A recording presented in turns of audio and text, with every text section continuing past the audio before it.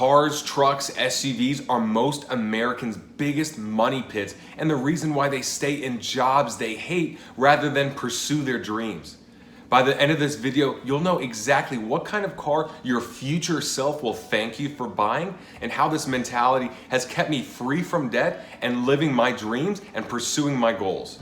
Welcome to the Millennial's Guide to Money, where you learn how to dominate your finances and own your life. Let's get started with the first criteria you need to consider before buying a vehicle. First, you gotta realize cars are anchors. These are big 2,000 to 4,000 pound anchors. They take a lot of money, and as nice as it looks right out of the dealership, so sparkly, so fresh, so clean, oh, you wanna post pictures on Instagram, it's so nice. The novelty wears off. Next year, the newer model comes out with that extra feature that your car doesn't have. The novelty will always wear off, so you can't buy something for the excitement of what it's like when you first get it, that first year, that first 2 years. This is something that you should have for several years. So you gotta ask yourself, what am I giving up? That extra $200 a month for this package and that feature and that color and this tire size and blah, blah, blah.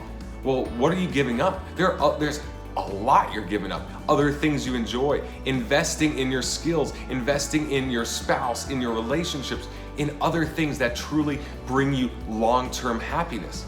Do you really need a vehicle with 18 speakers, or are you okay with just 4 speakers or 6? Do you really need the premium leather, or are you okay with the basic leather? Do you really need the sunroof? Are you gonna use that? Do you need 6 seats, or is it just gonna be you driving around?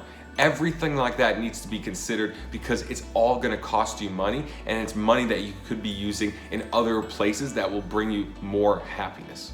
Number 2, you gotta calculate the cost of the vehicle while you own it, not just the payment and not just the insurance. You got, sure, the payment, that's what they tell you at the dealership. Oh, here's the payment, gets you down to $200 a month, and it's like a 9-year contract, a 9-year payment plan, which is ridiculous. But there's insurance, there is maintenance, which is huge. I mean, we don't calculate maintenance, but if you don't have a great warranty, then maintenance is gonna add up. There's also parking, there's gas. Here in LA, gas is $4 a gallon. Parking can be $20 a day or $3 an hour. All this stuff adds up.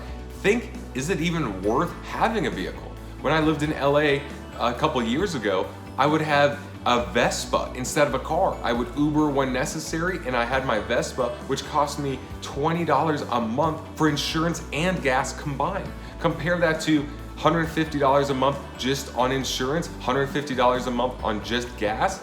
That's a huge difference. And then parking was free on the Vespa. So you gotta calculate it all and figure out what is worth it and what is not.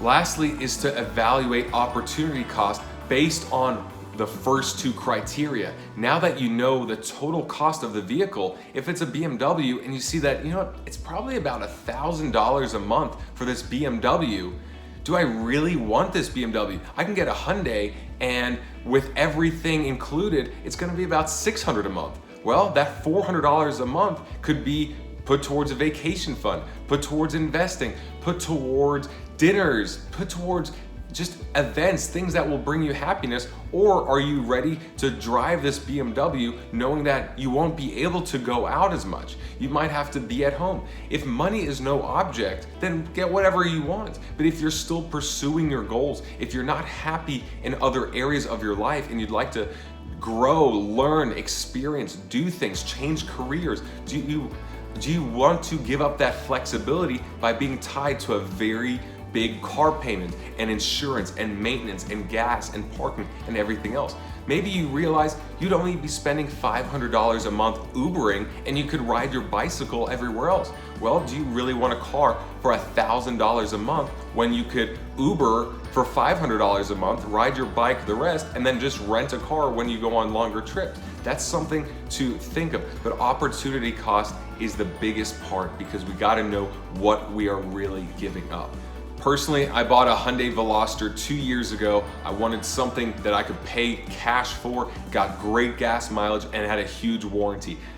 My ego doesn't love the car because It's not the newest, fanciest car, but my future self loves it. I love it now, 2 years later, and in another year or two, I'll love it because I get to use that money towards things that matter so much more to me.